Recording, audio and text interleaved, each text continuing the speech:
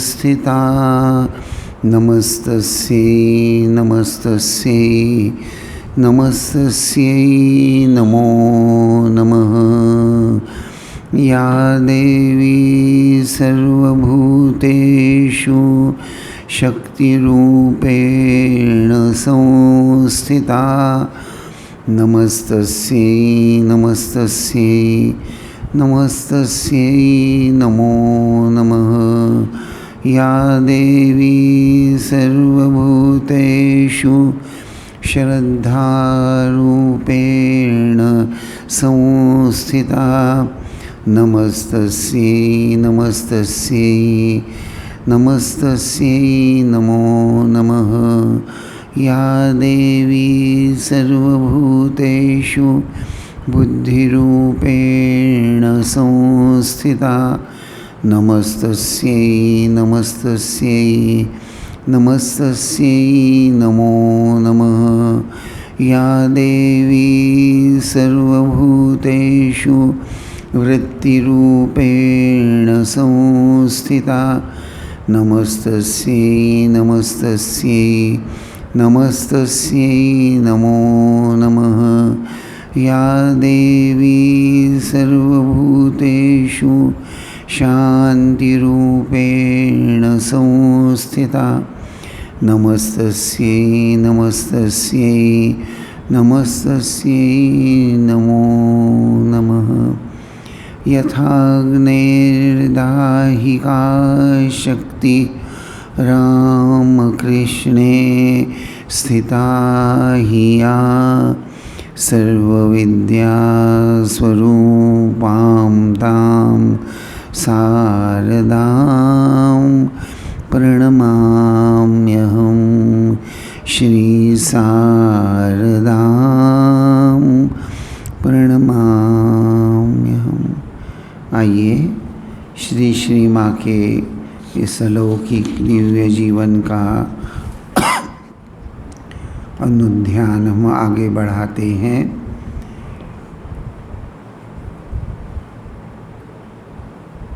यहाँ जैसा हम देख रहे हैं कि एक के बाद एक अपूर्वानंद जी महाराज माँ के लिए कुछ विशेषण इस्तेमाल करते हैं और जगह जगह वे अपने मन का भाव भी थोड़ा सा लिखते हैं।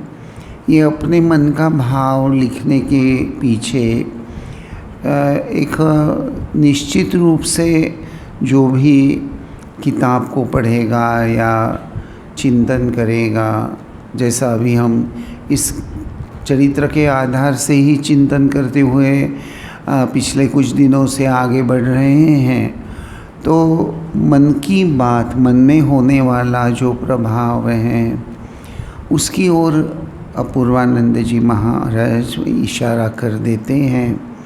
अर्थात जब हम चरित्र पढ़ते हैं, कोई भी हो, चरित्र जब पढ़ते हैं तो उस चरित्र के आधार से वो जो लेखक होते हैं वो एक तरफ उस चरित्र का जो एक प्रकार से दिव्यत्व या महिमा बोलनी चाहिए।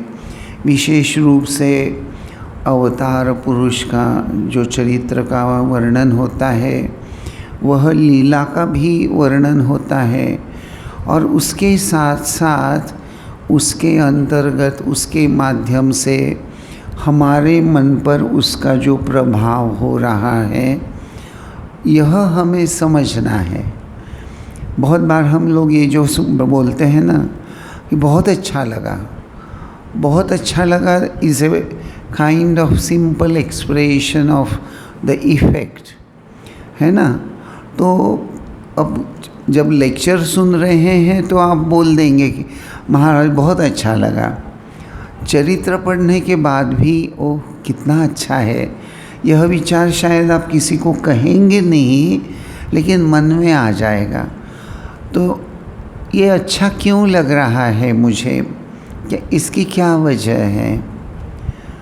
कुछ न कुछ आप वो जो वजह खोजना शुरू करें तो आप उस दिव्य चरित्र के साथ जुड़ने लगेंगे। क्योंकि कहीं वो जो प्रभाव आ रहा है आप पर, और उस प्रभाव के आधार से आप में कुछ चिंतन चालू हो गया है। तो जैसे माँ कह रही हैं कि अभयदायिनी माँ के मुख में से एक अभयवाणी, तुम क्या करोगे, जो करना होगा मैं कर लूँगी। यह अभयवाणी भक्त ने सुन ली। तो यहाँ अभयदायिनी माँ कहा गया है माँ को। श्री माँ की अहेतुक कृपा से भक्त के प्राण निर्भर हो गए, वह शांत हो गया। देखिए यह वाक्य जो है यह अपूर्वानंद जी का है। द इफ़ेक्ट माँ की अभयवाणी। अब मैंने आपको माँ की तो अभयवाणी पढ़कर सुना ही दी है ना, कि अभयदायिनी माँ के मुख में एक ही अभयवाणी थी, नहीं तुम क्या करोगे, जो करना होगा मैं कर लूँगी। अब इसमें अभय प्राप्त हो गया है, ऐसा क्या आपको महसूस हो रहा है? Do you feel? आप क्या महसूस कर रहे हैं कि मुझे इट इज़ सो नाइस। ये जो वाक्य आया है कि श्री माँ की अहेतुकी कृपा से भक्त के प्राण निर्भर हो गए। क्या हम लोग ये निर्भरता या निर्भय का एक अर्थ है, निर्भरता तो अलग शब्द हो गया, सॉरी, निर्भय हो जाना, भय मुक्त हो जाना। तो ज़रा सोचिए क्या हमारे जीवन में भय नहीं है? किसी न किसी प्रकार से भय से हम आक्रांतित हैं, हमको कहीं ना कहीं कुछ न कुछ भय रहता ही है। तो ये जो भक्त है, यहाँ दोनों शब्द आए हैं, अहेतुकी कृपा, नो हेतु। माँ हमसे कुछ प्राप्त नहीं करना चाहती, हमसे कोई अपेक्षा नहीं रखती। अगर हम श्री श्री माँ कहकर पुकार कर उनके पास चले जाएं तो वो तो उठा ही लेगी, और हमसे कुछ अपेक्षा उनकी नहीं है। वैसे लौकिक जीवन में तो हमारी बहुत सारी अपेक्षाएं रहती हैं, अपने कन्या से, अपने पुत्र से, जामाई से। बेटी को ब्याह दिया तो निश्चित अपेक्षा है कि जामाई बेटी को ससुराल में अपने घर में अच्छे रखेंगे, सुखी रखेंगे। अपेक्षा आ गई कि नहीं? तो जब बेटे का ब्याह हो रहा है तो चिंतन चालू हो गया है, बहू आए, मिलनसार आए और सबको लेकर चलने वाली आ जाए, कर्म कुशल आ जाए तो बड़ा अच्छा होगा। अपेक्षा तो हमारे जीवन में हम लोग बड़े अपेक्षा लेकर ही चलते हैं। हाँ, तो यहाँ श्री श्री माँ उनसे, उनके अंतःकरण में हमको लेकर, हम तो उनकी संतान हैं, आप बेटियां हैं, हम बेटे हैं, तो हमसे कोई अपेक्षा नहीं है उनकी। हाँ, बस माँ कहकर मुझे पुकारो, यह एक अपेक्षा शायद आप इसे अगर आप अपेक्षा कहें तो कौन सी ऐसी माँ है, आप यहाँ इतनी सारी माँ बैठी हैं, कौन सी ऐसी माँ है जो अपने बेटे का यह माँ कहकर पुकारना सुनना नहीं चाहती? आज मुझे बड़ा आनंद हो रहा है, आई एम सो हैप्पी, क्योंकि आज मैं देख रहा हूँ पुराने ज़माने में जब हम लोग गोंदिया थे, मैं जब था और जब यह आश्रम एक तरह से चालू हुआ था, तो आज यहाँ पुराने ज़माने की, उस ज़माने की दया मौसी मौजूद है, घोष आंटी आई हैं। ऐसा लग रहा है कि हाँ, श्री श्री माँ की कृपा ही आ गई है। हाँ, तो बड़ा अच्छा लगता है। बड़े बुज़ुर्ग जब आ जाते हैं उनकी उपस्थिति बहुत सुहाती है। तो यहाँ श्री माँ कहती है, यानी अपूर्वानंद जी यहाँ लिखते हैं, ये भक्त क्यों निर्भर हो गया, किस बात को लेकर निर्भर हो गया? क्या यह सुनकर कि नहीं तुम क्या करोगे, जो करना होगा मैं कर लूँगी, तो भक्त बड़ा निर्भय मुक्त हो गया कि भाई मुझे तो कुछ करना नहीं है, जो कुछ करना है माँ को ही करना है। तो अब मुझे कुछ नहीं करना भाई, नहीं तो भाई सुबह उठो, जप करने के लिए बैठो, मन को एकाग्र करो, तन्मय करो, कितनी सारी बातें। और हमको लगता है अब ये सब कुछ नहीं करना पड़ेगा, माँ कर लेगी। सही बात है, अगर 100% विश्वास हो तो सही में माँ तो करती ही है। सत्य तो बात यही है। परम पूज्य बात गंभीरानंद जी महाराज जो रामकृष्ण संघ के 11वें संघाध्यक्ष थे, उन्होंने एक दिन यानी माँ की तिथि पूजा के दिन जब वे अध्यक्षीय भाषण दे रहे थे तो उन्होंने कहा कि देखो माँ हम करें या न करें, अर्थात साधन भजन करें या न करें, हाँ माँ को तो चिंता होती ही है। माँ लौकिक जीवन में भी आप देखिए, माँ को ही चिंता है कि बेटा आएगा ऑफिस से, वो क्या खाएगा, उसके लिए क्या बनाऊं, ये वो उसकी क्या पसंद है, माँ को ही चिंता है। समय ज़रा देरी हो जाए, रोज़ हाँ 7:30 बजे आता है, अब 8 बज गए तो क्यों नहीं आया, माँ का दिल बताएगा नहीं, शायद एक्सप्रेस नहीं करेगा, लेकिन अंदरूनी चिंता चालू हो जाती हैं। तो ये तो अब लौकिक जीवन में अगर यह अनुभव हो रहा है तो आध्यात्मिक लेवल पर वह बात बहुत सूक्ष्म हो जाती है, तरल हो जाती है। श्री श्री माँ का मन तो वह विश्वजननी है, सबकी माँ है, अर्थात हमारे सबके हृदय की बात वह अंतर्यामी है, सब जानती हैं हमारे हृदय की बात।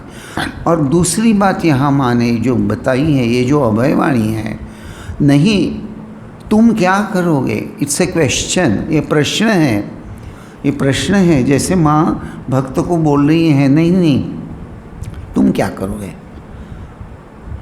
तुमको कुछ नहीं कर, तुम क्या करोगे का मतलब यह है कि बेटा जो कुछ भी तुम वैसे भी करते हो वह तो मैं तुम्हें शक्ति देती हूँ, मैं तुम्हें तुम्हारे अंतःकरण में प्रेरणा देती हूँ, मैं माया का पर्दा थोड़ा हटा लेती हूँ, तब तो मन ईश्वरीय बातों में रमने लगता है, ईश्वरीय बातें अच्छी लगने लगती है। बात तो यही है। आप सभी आज लगातार सत्संग में आ रहे हैं, क्यों आ रहे हैं? संध्या हो गई है, घर में बैठकर टीवी भी देख सकते थे, लेकिन नहीं, सत्संग जाना है, माँ की बातें सुननी है। ये जो आकर्षण, ये जो है, ये इसके पीछे माँ की ही शक्ति। और नहीं, मुझे टीवी की सीरियल नहीं देखनी, मैं सत्संग में जाऊंगा या जाऊंगी, यह जो बात आ जाती हैं और वो प्रभावशाली हैं उससे, तो यही बात यहाँ माँ बोल देती हैं। वैसे हमारे प्रत्येक कर्म के पीछे वह इष्ट देवता भगवान भगवती ही होते हैं। थोड़ा सा आगे का पाठ करके बात को आगे बढ़ाते हैं। एक अन्य संतान की आर्तवाणी सुनकर श्री माँ ने अपने छाती पर हाथ रखकर अदीप्त कंठ से कहा था, यदि मैं ठाकुर के पास जाऊंगी तो तुम लोग भी अवश्य जाओगे। बड़ी अद्भुत बात बता दी माँ ने यहाँ। अब श्री श्री माँ बोल रही हैं, जरा सोचो तो आप, कि यदि मैं ठाकुर के पास जाऊंगी। अब यहाँ बहुत इम्पोर्टेंट शब्द कौन सा आया है? यदि, बिल्कुल यदि, यानी इनडायरेक्टली माँ तो मनुष्य रूप में आ गई है ना, तो फिर से अपना रूप ढाक रही हैं। यदि मैं जाऊंगी, अरे आप उनसे भिन्न तो है ही नहीं। श्री श्री माँ और श्री श्री ठाकुर कोई दो हैं क्या? ये जो हमने अभी प्रारंभ में प्रणाम मंत्र माँ का गाया कि यथाग्नेर दाहिका शक्ति, ये जो बात आती है, शारदानंद जी महाराज ने लिखा है ये प्रणाम मंत्र, यथाग्नेर दाहिका शक्ति राम कृष्णे स्थिता हिया, अर्थात अग्नि और उसकी दाहिका शक्ति, इसको हम अलग से नहीं सोच सकते। क्या कभी ऐसा होता है, हो सकता है कि अग्नि है और उसमें दाही का शक्ति नहीं है। शायद हाँ ये बोल सकते हैं आप कि हाँ इंटेंसिटी कम ज़्यादा है थोड़ी, इतना ही, लेकिन वो जलन, वो ताप जो है वो तो है ही, वो तो रहेगा। उसी के साथ साथ इन जनरल एक ज्योति की ये जो ज्योत जल रही हैं, तो इस ज्योति में अग्नि है या नहीं? अगर उसमें अग्नि है तो उसमें दाही का शक्ति जलाने की क्षमता भी है। उसी के साथ साथ उस ज्योति में और एक बात है, वो क्या है? प्रकाश, प्रकाश दे रही हैं। तो श्री श्री माँ जो है, ये तीनों बातें हमारे जीवन में सतेज कर देती हैं। अर्थात हमारे में जलाने की शक्ति आ जाती है। तो जलाना क्या है? क्या जलाना है जी?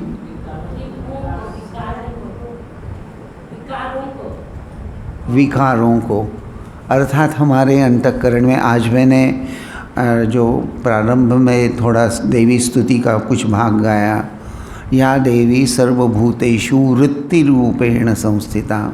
ये जो वृत्ति होती हैं, ये कहीं न कहीं पहले तो संस्कारों से वो बबल अप होकर ऊपर आ जाते, जब फेवरेबल सिचुएशन आ जाती हैं, और फिर उसमें से धीरे धीरे भावना बनने लगती हैं, वृत्ति बनने लगती हैं।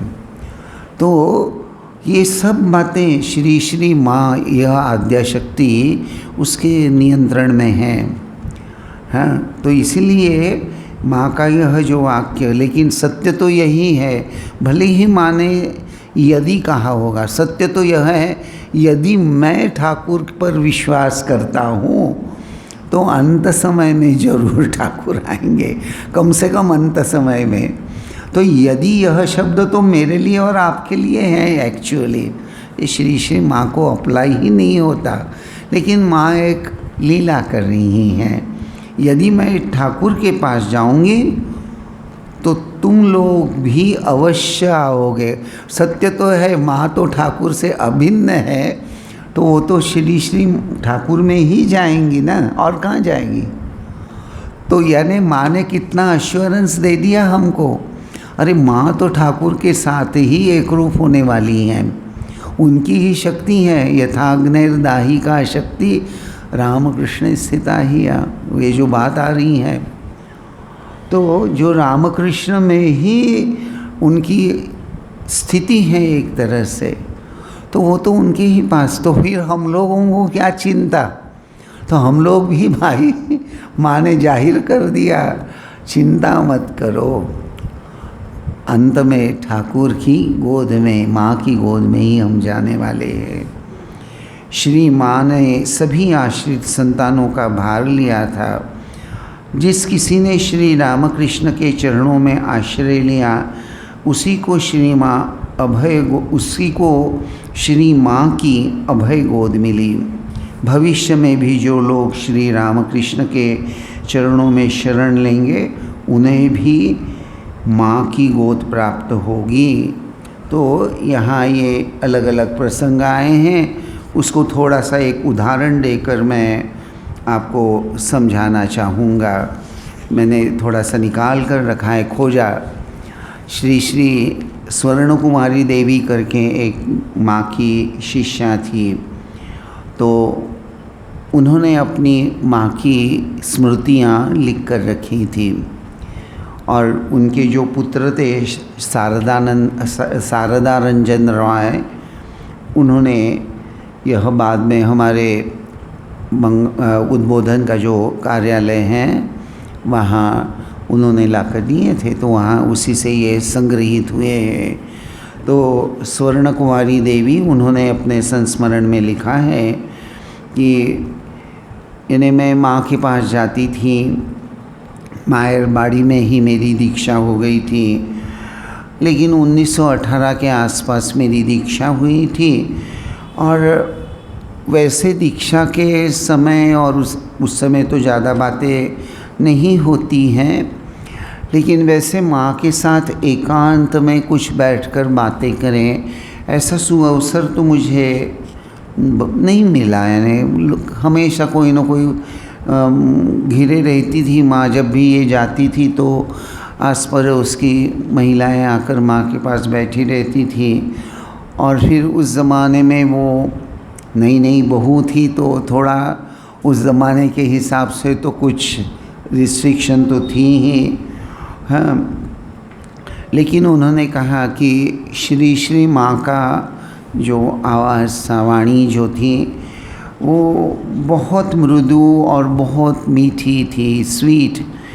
और माँ के जो बाल थे घने, तो उनके केश घने रेशम के समान थे और बहुत अच्छे। और स्वर्ण कुमारी देवी वह लिखती हैं कि माँ की वह सुंदर रेशम के समान घने काले जब मैं केश देखती थी तो बहुत बार मैं उनकी केशों की तरफ ही देखते रहती थी। और बहुत बार मुझे ऐसा लगता था कि मैं श्री श्री माँ के इन रेशम जैसे घने काले बालों को थोड़ा अगर स्पर्श करूं तो मुझे बड़ा अच्छा लगेगा। तो बस यह विचार उनके मन में आ रहा था। और एक दिन ऐसा हुआ कि उन्होंने लिखा है कि माँ के सामने अपनी इच्छा प्रकट करना यह तो सामर्थ्य मुझ में नहीं था। यानी मुझे डर लगता था मैं माँ को कैसे बोलूँ कि माँ मुझे आपके बालों को स्पर्श करना है, बालों पर हाथ घुमाना है, ये सब कैसे बोल सकती हूँ। ये तो ठीक नहीं रहेगा। एक लज्जा बोध या थोड़ी सी घबराहट भी होगी शायद। तो लेकिन एक दिन श्री श्री माँ ने जैसे उनको पास में बुलाया कि बेटी जरा इधर तो आ जा, और इधर तो आ जा ऐसे जैसे ही बोला तो स्वर्ण कुमारी देवी वह लिखती हैं कि मुझे तो बहुत ही डर लगने लगा कि अब क्या हो गया, माँ ने मुझे क्यों अपने नज़दीक बुलाया है। बहुत डरते डरते मैं माँ के पास गई तो बड़े प्यार से मुझे माँ ने अपने पास बिठा लिया और कहा कि ओ बेटी जरा मेरे यहाँ बालों में बहुत कुछ खुजलाहट हो रही है, ज़रा खुजला तो दे। और स्वर्ण कुमारी देवी ने उन्होंने लिखा है कि मैं तो माँ की यह बात सुनकर आश्चर्य में डूब गई कि जस्ट एक सामान्य सी इच्छा मेरे मन में क्या आ गई जिसको मैंने कभी किसी के सामने प्रकट नहीं किया था। लेकिन माँ जो अंतर्यामी हैं उन्होंने तो मेरी बात समझ ही ली, जान ली। और सिर्फ जान लेना एक बात है, आकर आओ बेटी नज़दीक आओ, ज़रा मुझे बालों में खुजलाहट, मेरे सर में खुजलाहट हो रही है, ज़रा थोड़ा सा खुजला दे। तो उस हिसाब से तो फिर बालों सर को, माँ के सर को स्पर्श भी हो गया, माँ के बालों पर हाथ फेरना था, सब इच्छा पूरी हो गई। आपको लगेगा ये भी कोई पारमार्थिक प्रसंग है, सर के बालों पर हाथ फेरना ये भी कोई आध्यात्मिक बात है। बात इसलिए आध्यात्मिक है कि श्री श्री माँ ने बगैर बोले ही वो जो मन की बात जानकर बेटी को बस अपने पास बुलाकर, हाँ बेटी ये कर तो दे जरा, मुझे अच्छा लगेगा। अर्थात वो छोटे से कर्म के द्वारा, वो छोटी सी सेवा के द्वारा माँ क्या हो रही हैं, प्रसन्न हो रही हैं। तो भले ही हमारी सेवा का स्वरूप कितना ही छोटा क्यों न रहे, श्री श्री ठाकुर और श्री श्री माँ तो प्रसन्न होने ही वाले हैं। यह बात याद रखने के लिए ही जैसे यह बात लिखी गई है या ये संस्मरण हमारे सामने प्रस्तुत किए गए हैं। क्योंकि बहुत बार मैंने देखा है, ये माफ़ कीजिएगा थोड़ा सा मेरी वाणी कटु हो जाएगी, तो मैंने ये बहुत बार देखा है कि मान लो ठाकुर की तिथि पूजा है तो हर एक को कुछ न कुछ सेवा का कार्यभार सौंपा जाता है। तो बहुत बार ऐसा देखा है कि बरसों से कुछ डिवोटी जो हैं वो ठाकुर माँ के लिए फूलों का हार बनाते हैं, वही सेवा उनकी रहती हैं। और कुछ वॉलेंटियर्स रहते हैं, भक्त रहते हैं, उनकी सेवा होती है खिचड़ी बनाओ। तो कुछ बहनें माताएं रहती हैं, उनकी सेवा रहती है, सब्जी काटो। तो देखिए हर एक के कर्म का स्वरूप तो अलग ही है, लेकिन उसमें हमारे दृष्टि से हम लोग अपनी छोटी बुद्धि के अनुसार हम लोग क्या करते हैं, भेद कर देते हैं। ये जो फूलों का हार बना रहा है जो वॉलेंटियर या जो बहन जी, मैं कुछ विशेष हूँ, मेरे हाथ का बनाया हुआ हार ठाकुर को पहनाया जाएगा, माँ को पहनाया जाएगा। और उसके मन में विचारा वहाँ ये सब्जी काट रहे हैं, अरे ये तो खिचड़ी बनाने वाले हैं, रसोई का काम। अरे भाई सच तो यह है, दोनों काम अपने अपने आप में बहुत महान है। क्यों महान है बताइए ज़रा आप मुझे। हाँ वो तो है पक्का, उससे भी यानी थोड़ा गहराई में जाकर बताइएगा। हाँ हाँ बिल्कुल ठीक, और थोड़ा गहराई में आइए। देखिए फूलों का हार ठाकुर को, माँ को, स्वामी जी को पहनाकर हम लोगों ने सजाया है, नए वस्त्र पहनाए, माँ को नई साड़ी पहनाई है, सब कुछ किया है ना। और उसको कितने डिवोटी आकर उसको देखकर प्रसन्न हो रहे हैं। तो एक तरफ कितने सारे, अब पूना में 2000, नागपुर में 1000, 2000, वडोदरा में भी देख रहा हूँ इतने सारे भक्त, तो वो सुंदर फूलों से सजा ठाकुर का, माँ का रूप जो खिला है उसको देखकर बड़े आनंदित हो रहे हैं। तो इतने लोगों की सेवा हो गई, उनके अंतःकरण में ठाकुर माँ को देखकर बड़ा आनंद हो रहा है और अनुष्ठान की भावना भी जरा जागृत हो गई है, तेजस्वी हो गई है। श्री श्री माँ के एक शिष्य थे स्वामी शारदेशानंद जी महाराज, गोपेश महाराज उनका नाम था। तो एक दिन वो वृंदावन में ही थे, माँ के शिष्य थे, और माँ की तिथि पूजा के दिन उनके सेवक ने कहा, क्या महाराज जी इतना बड़ा उत्सव करते रहते हैं और ये बस ठाकुर माँ को सजाना और खिचड़ी 1000 2000 लोग जो सबको खिलाना, ये वो बहुत बड़ा हो जाता है। तो बोले अरे अरे चुप कर, ऐसे मत बोल। बोले देखो तू नहीं जानता, संसारी जो लोग हैं उनके कंधों पर कितनी जिम्मेदारियां होती हैं, बहुत सारे काम होते हैं, वो बड़े व्यस्त रहते हैं। उस व्यस्तता के बीच में भी वो समय निकाल कर आज माँ की तिथि पूजाएं चलो जाएंगे करके आते हैं, माँ को सुंदर सजाया हुआ देखते हैं। तो बोले कितना आनंद होता है उनको। तो उत्सव तो मनाना ही चाहिए और बड़े सुंदर ढंग से मनाना चाहिए। और उधर खिचड़ी भी प्रसाद पाकर कितने लोग तृप्त हो जाते हैं, संतुष्ट हो जाते हैं। थोड़ा थोड़ा ही सही अपने घर में भी ले जाते हैं। तो घर में जो बड़े बुज़ुर्ग हैं जो नहीं आ पा रहे हैं उनके लिए ले जाते हैं। देखिए हर कर्म के पीछे उद्देश्य अगर आध्यात्मिक हो जाए तो वह कर्म निश्चित रूप से साधन भजन में रूपांतरित हो जाता है। अब ये खिचड़ी की ही बात ले रहा हूँ, मैंने पहले ही माफ़ी मांगी है आपकी मेरी वाणी कटु हो जाती है कभी कभी। मान लीजिए कि अरे खिचड़ी डब्बे में भर कर ले जाते हैं, शाम को खाना नहीं बनाना पड़ेगा। मन की बात तो उद्देश्य तो अलग हो गया है ना। तो ये अगर इस प्रकार का व्यावहारिक उद्देश्य हो जाता है तो वह आध्यात्मिक बात नहीं होती। लेकिन हाँ ये बहुत बार होता है कि बहुत घर के जो बुज़ुर्ग हैं नहीं आ सकते, उनको ले आना ये सब नहीं संभव, तो उनको भी तो लेकिन प्रसाद प्राप्त होना चाहिए। तो यह हेतु जब अंतःकरण में सतेज हो जाता है तब निश्चित रूप से वह आध्यात्मिक साधन भजन हो जाता है।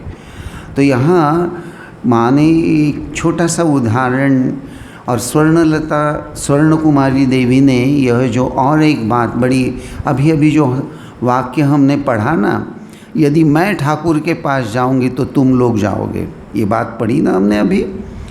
तो यहाँ स्वर्ण कुमारी देवी वर्णन कर रही हैं कि मैं माँ के केशों में बहुत नरम सुंदर हल्के हल्के ढंग से हाथ फेरते रहीं।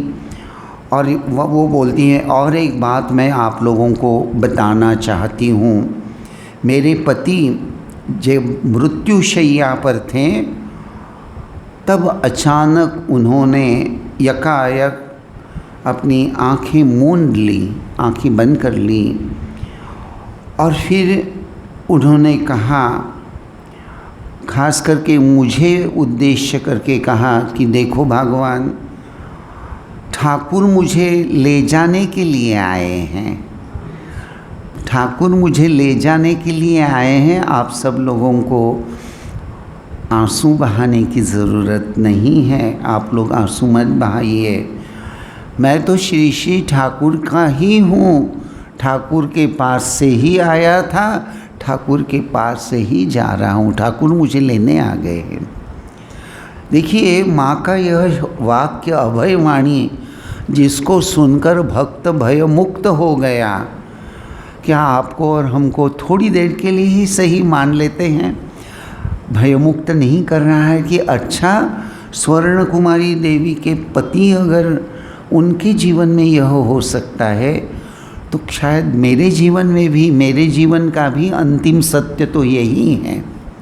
मुझे क्या डरने की ज़रूरत है? अगर इस बात को हम सही सही सच्चे सच्चे दिल से अगर स्वीकार कर लेते हैं तो देखिए हम कितने भय मुक्त हो जाते हैं।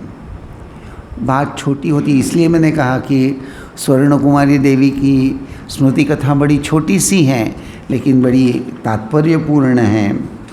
और एक घटना यहाँ मैं फिर से बता रहा हूँ। बाबूराम महाराज अर्थात स्वामी प्रेमानंद जी महाराज, उन्होंने ये बात, इसका वर्णन किया है कि एक दिन वे उद्बोधन में, मायरबाड़ी उसका नाम है, जनरली उद्बोधन तो बाद में बोलने लगे, ओरिजिनली मायरबाड़ी माँ का घर। तो उन्होंने, यानी स्मरण में आया है कि एक बार प्रेमानंद जी महाराज, बाबूराम महाराज मायरबाड़ी में वहाँ गए हुए थे और साथ में राजा महाराज के सेवक जो थे, स्वामी ब्रह्मानंद जी के सेवक स्वामी वरदानंद जी महाराज, उनको लेकर गए थे। तो वहाँ जब प्रवेश कर रहे थे तो प्रवेश द्वार के वहाँ उन्होंने पहले वो चौखट पर अपना सर रख कर, यानी स्पर्श करके, माथे का स्पर्श करके पहले प्रणाम किया और फिर उन्होंने अंदर प्रवेश किया। और उन्होंने वरदानंद जी को कहा कि अरे